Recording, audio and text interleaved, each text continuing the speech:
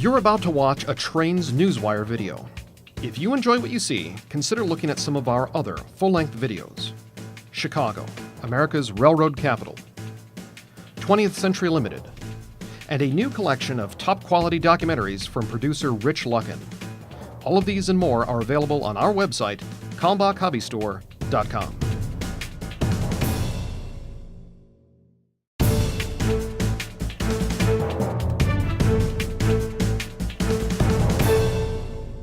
Good morning, Trains Nation. Today is Friday, June 23rd, 2017. Welcome to another episode of Trains Newswire Roundup. We're so glad you could join us. I'm Steve Sweeney. Good morning, Jim Wren here. We have got 46 glorious stories for you. Well, some more glorious than others, but That's right. But we do have 46 stories on the Newswire for you this week. We're loading that baby up every day. Steve's and his team are going to be loading it up even more this afternoon. Absolutely. Before we go to celebrate summer, the first full weekend of summer. But right now, let's talk about the news of the week. Well, the news of the week. Well, Jim, let's back up just a little bit more. We did some things last Saturday. Oh yeah, we did. Let's talk about that. We got some video. So the first video I wanted to show you is just a quick shot from our Metra tour on last Saturday. Trains Magazine, about 100 of our friends went to Metra, and this is the inside of a Metra car that has been completely gutted, or almost completely gutted, and we got to see it and several cars in the process of being rebuilt. We also saw locomotive shops. We ate hot dogs, we ate hamburgers, we ate fried chicken. We got to talk with Metra executives, and that was a lot of fun. And then, immediately after that, you and I went back down to LaSalle Street Station in downtown Chicago, where we caught 765. Take a look at this. 765 284 locomotive by the Fort Wayne Railroad Historical Society. He pulled into the station, so you can see that creeping across the screen right now. And you know, I think that Saturday was just probably one of the best Saturdays I've spent out rail fanning in a long time. That was. I'll be honest with you, and I got to sit down and write a blog about it, in addition to a really nice thank you letter to the folks at Metra. Yes. But that was, bar none, the best shop tour I've ever been on. You know, we piggybacked it. We took 100 trains readers with us. Yes. And we piggybacked onto a Metra Family Day event for their employees, which was, I think, great, and it showed a lot of pride. These guys were really proud of what they were doing. They had stuff, you know, out and labeled. If you wanted to find out how PTC worked, they had all the parts out there. If you wanted to see what the inside of a 645 engine looked like, they had nice little ramps, and they had a motor that was out. You could look down in it. You could see where the cylinders go and everything. This is a bar none the best shop tour I've ever been on. Like I said, great event for the employees, and we really are thankful for the opportunity to get some trains readers in there. Had one guy tell me he's been driving literally by that shop for 40 years. Never thought he'd get to go inside it, but he did last Saturday. So we're really tickled about that. Look for more events with us in conjunction with other railroad groups coming up. We're always on the prowl for things. If you've got some ideas, give us drop us an email or give us a call or send us a note, whatever. But really cool opportunity. And like you said, the 765 event was great. I went back on Sunday and took a ride from Joliet to LaSalle Street Station, and then hung around to photograph the deadhead move over the nickel plate. And you had a lot of fun doing that.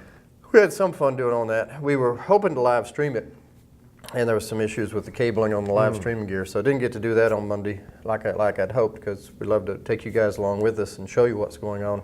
But we did get to catch it a couple of times on the nickel plate. I found out that chasing the nickel plate is just as hard as it looks, because it cuts across Indiana and the roads don't. That's true. And there was construction on US 30 last Monday. But you obeyed all legal speed limits. Yes, and I will never be more chagrined than I was at La Crosse, Indiana, whenever we came across a Chesapeake and Indiana train that was blocking the crossing for the backwoods route. So there was only two run-bys that were caught before we waved goodbye at Argos and said, "Time to go home." Time to return to Wisconsin. Time to go home. Yep. But cool stuff. Cool stuff. It was a great weekend. Great weekend. So, okay, let's get back on the Newswire.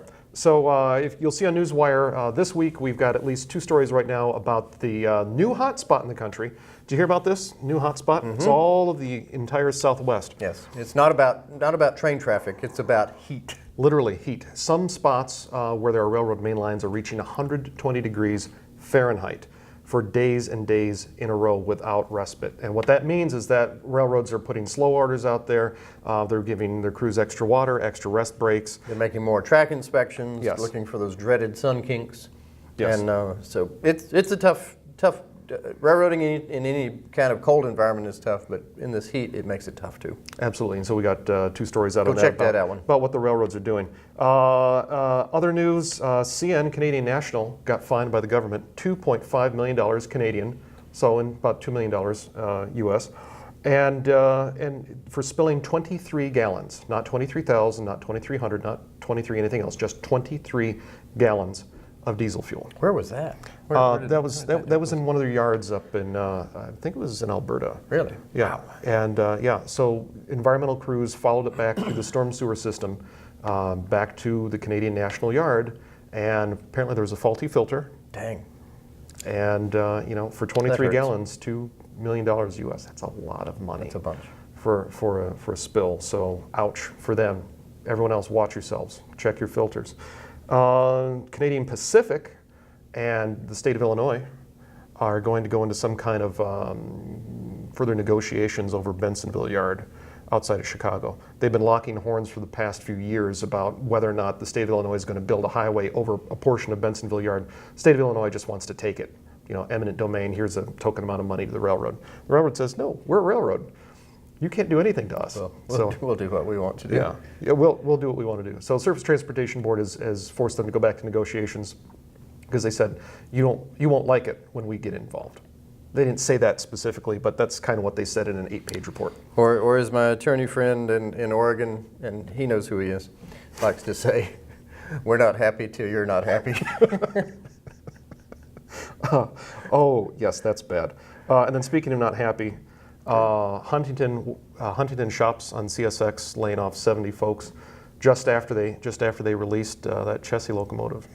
And good paint. That leads me to this week's theme. We talked about a theme last week, Yes, we did. locomotives versus infrastructure.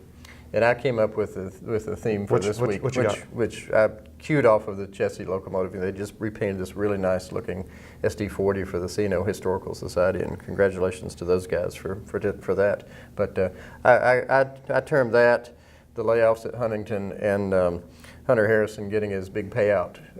Something old, something borrowed, and something blue. And I'll let you guys figure out which ones are which. Yes. So I kind of like that. I thought you might. That's clever. I thought you like might. that. Yeah, I didn't actually come up with a theme other than railroads. That's okay. Yeah, We can live with that. Yours is good. So- But we got some steam news. Canadian Pacific 440 is moving closer to headquarters, and This is on the newsstand now, if you want to go buy it. So. this is cool. This is big steam. This Yeah. is our Our almost new- 100-page issue. No, it is 100 pages of glorious, big steam locomotives, all the ones, 844, 261, 765, Yes. 4501. Update on the big boy, update on 1309. We got It's all that. in there. We got that Santa Fe steamer out in LA. It's all Yep. Santa Fe engine in LA, Santa Fe engine in Albuquerque. You should buy it. Daylight is running this weekend. It's in there. So you can get this almost anywhere now.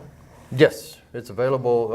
I take that back. Should be available on Tuesday, this coming Tuesday, On Tuesday in your local hobby store or your local bookstore. or your local bookstore, and you can also get it online from KalmbachHobbyStore.com. That's us, and you can order directly from us or from any one of those fine Freighters. retailers that you normally visit. It's a great issue. We all the editors worked on a little piece of it. We've got the best photos that we could possibly find. In a few cases, we got slides, good digitals. It's fantastic. It's good stuff. So anyway, we got a lot on Newswire this week. We have more coming up on Newswire. We're going to hopefully get a couple of videos up for you if we find the time. If you have news tips, news hints, send them along to me at newswire@trainsmag.com. The email address is newswire@trainsmag.com. Be happy to take a look at photos or video clips on YouTube that you think are good for our readers to see. And for everyone at Trains, have a great weekend. If you're out there shooting the daylight this weekend, have a good time and be safe.